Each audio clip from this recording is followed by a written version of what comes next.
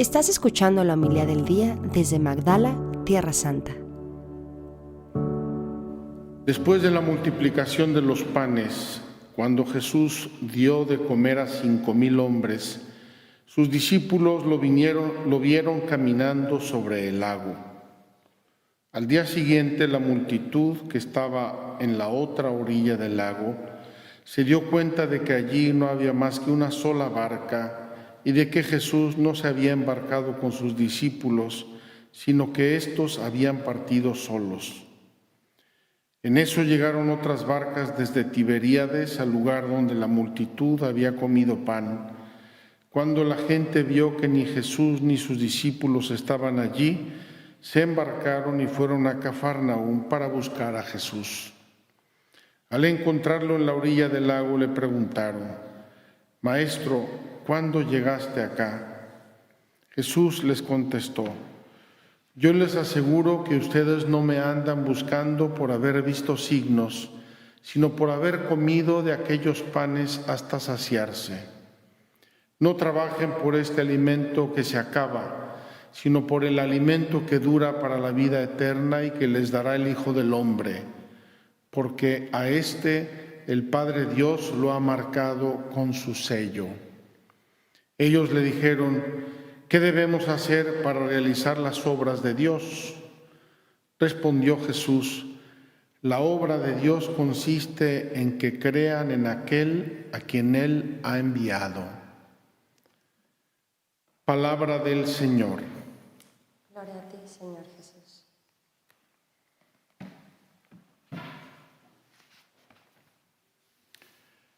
Queridos hermanos, en primer lugar quiero mandarles un saludo muy cordial.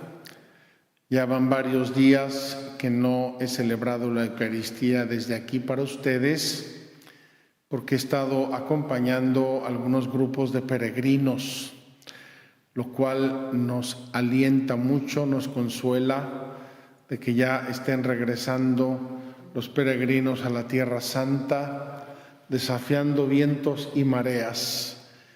Entonces, hasta el sábado estuve acompañando grupos de peregrinos y ahora esta semana me toca volver a celebrar la misa para ustedes, cosa que me da siempre mucho gusto.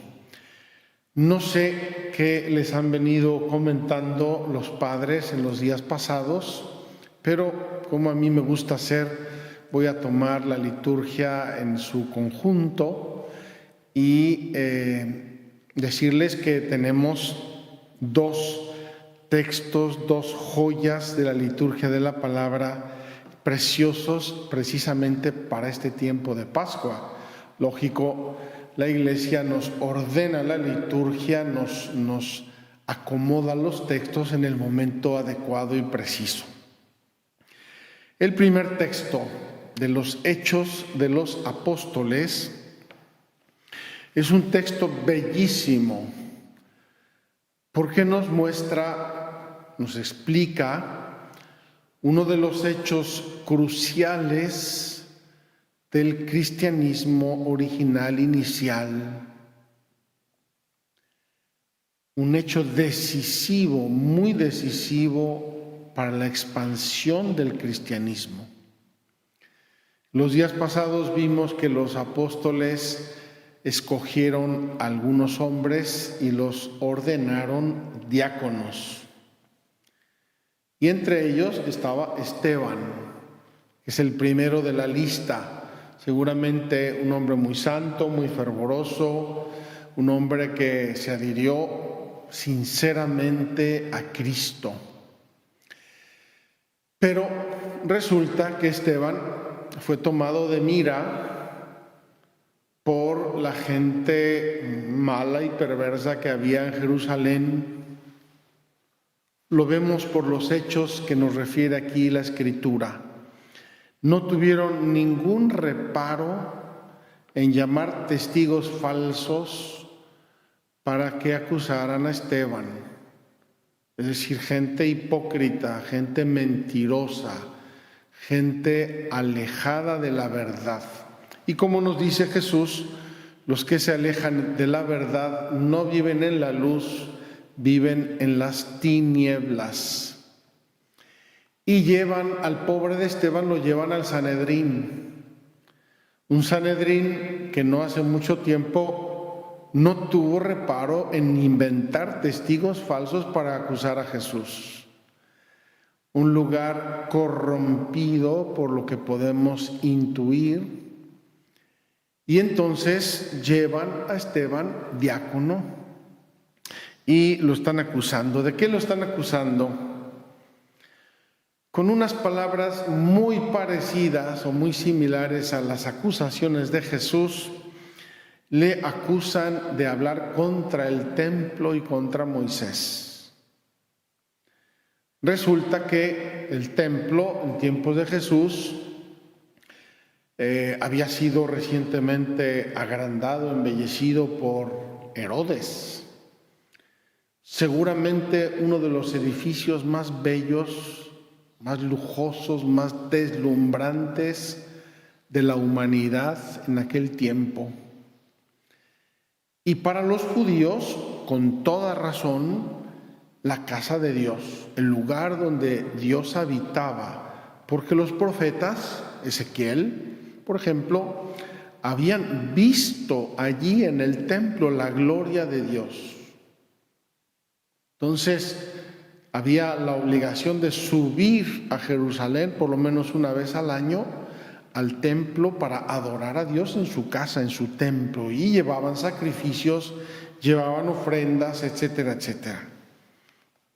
Pues bien, con toda falsedad y maña, dan estas dos acusaciones contra Esteban.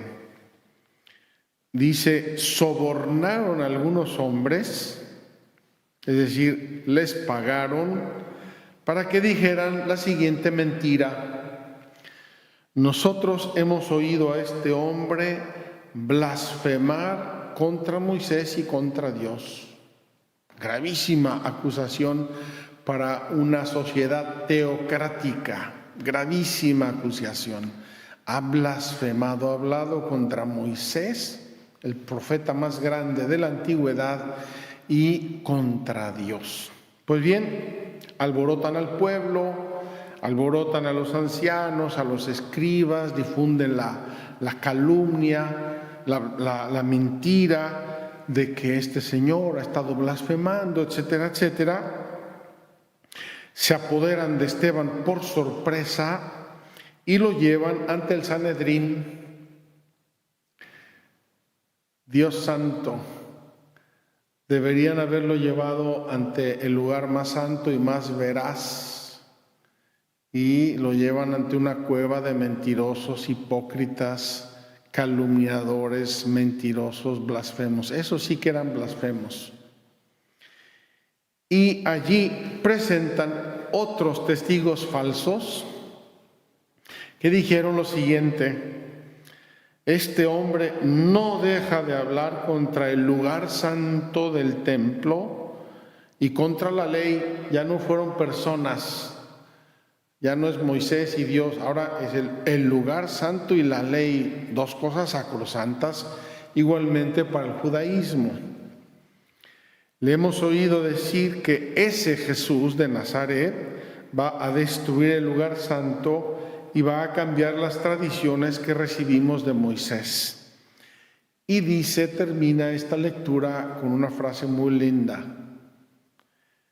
Los miembros del Sanedrín miraron a Esteban y su rostro les pareció tan imponente como el de un ángel. Era un santo, era un hombre de Dios. Era un hombre de una sola pieza, no había dolo en él. Lo vieron y les parece un ángel. Curiosamente, eso debería haberles hecho reflexionar y recapacitar. Pero la continuación la veremos mañana, si Dios quiere. En todo caso, se está repitiendo en la vida de Esteban exactamente lo mismo que le pasó a Jesús. Ante el Sanedrín, testigos falsos, mentiras, para quitárselo de encima. Les estorbaba, les incomodaba un hombre santo que hacía cosas maravillosas. ¡Qué horror! Queridos hermanos, en vez de dejarnos iluminar por la verdad, nos ofuscamos en nuestra mentira. Fíjense, a Jesús lo condenaron precisamente porque resucitó a un muerto. Eso ya fue el colmo. Si sigue así, se va a llevar a toda la gente. No vamos a acabar con él. ¿Por qué? Porque resucitó a un muerto. Qué increíbles somos los seres humanos. Qué capacidad tenemos de ver las cosas desde el ángulo que nos interesa y que nos conviene. Pues bien, el Evangelio de hoy, aunque no nos habla directamente de este tema, pero sí nos está advirtiendo en la persona de esos hombres y mujeres que seguían a Jesús después de la multiplicación de los panes. Nos está advirtiendo, ¿qué cosa? Que tenemos el riesgo de faltar a la pureza de intención. Les dice Jesús, ustedes me buscan porque comieron los panes, no porque vieron y observaron y reflexionaron los signos de Dios. Comieron los panes, por conveniencia me buscan. Y entonces algo los hace reflexionar y le preguntan, ¿qué tenemos que hacer? ¿Cómo podemos nosotros hacer las obras de Dios? ¿Cómo rectificamos nuestra intención? Y Jesús les dice sencillamente, la obra de Dios consiste en que crean en aquel a quien Él ha enviado, que crean en mí, que crean que Dios me envió, que crean en Dios, que levanten su mirada de esta tierra de intenciones parciales, torcidas, mezquinas, para que vean las cosas de Dios. Queridos hermanos, en este momento de Pascua, casi da pena decirlo, ya llegamos al tercer domingo de Pascua, va pasando el tiempo velozmente, estamos invitados a creer en el poder de Dios que resucitó a Jesucristo de entre los muertos y por ello a darle fe, a darle crédito a Dios. No a enredarnos en las pequeñeces, mezquindades, parcialidades de nuestra susceptibilidad, de nuestros intereses pobres, a creer en Dios, a agrandar nuestro corazón, a expandir nuestra mirada en las dimensiones que Dios quiere. No me voy a adelantar, seguiremos estos días con el tema de Esteban, pero es una historia fascinante que acaba trágica, como sabemos, pero va a dar pie a la primera expansión del cristianismo fuerte. ¿Por qué? Ya lo veremos. Muchas gracias por escucharnos. Si quieres conocer más acerca de Magdala, síguenos en YouTube y Facebook.